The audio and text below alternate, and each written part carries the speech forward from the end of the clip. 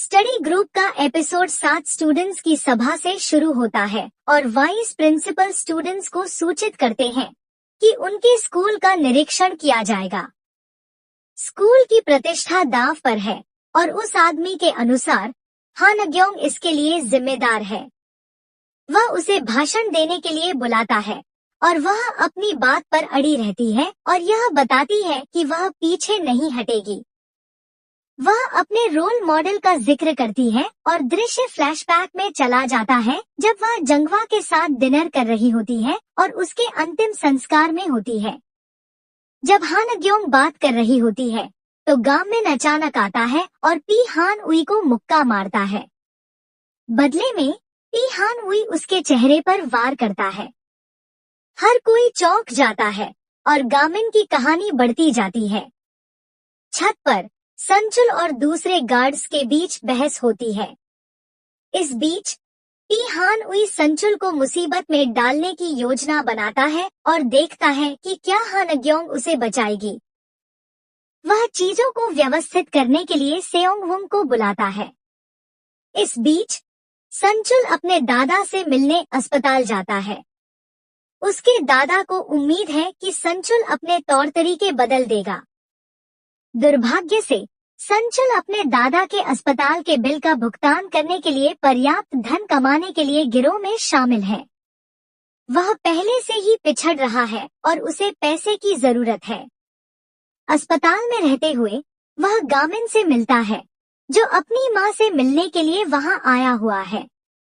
दोनों बात करते हैं और गामिन संचुल को अपने स्टडी ग्रुप में शामिल होने के लिए प्रोत्साहित करने की कोशिश करता है।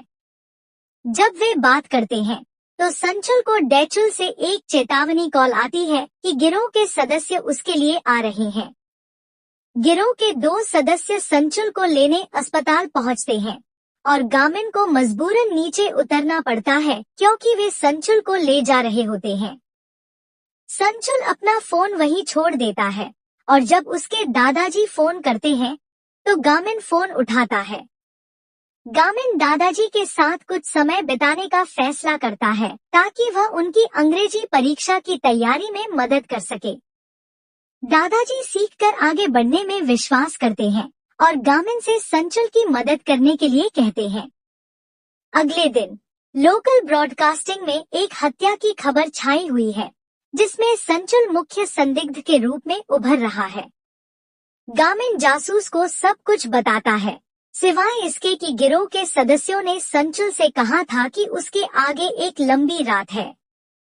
जैसे जैसे दिन आगे बढ़ता है गामिन और अन्य लोग सवाल करते हैं कि क्या संचुल हत्या करने में सक्षम है। अगले दिन सेयोन ने माइनर्स द्वारा गंभीर अपराध करने की बढ़ती घटनाओं पर एक प्रस्तुति दी जो पी हान उई के सामने आने के बाद शुरू हुई। उनका मानना है कि गिरोह माइनर्स को अपराध करने के लिए इस्तेमाल कर रहा है और अगर वे दोषी पाए जाते हैं तो उन्हें कंपनी के साथ भविष्य का वादा करता है। बाद में रात में डेचुल गामिन के पास जाता है और मदद मांगता है। गिरोह का एक और सदस्य डेचुल पर हमला करता है और गामिन हस्तक्षेप करता है।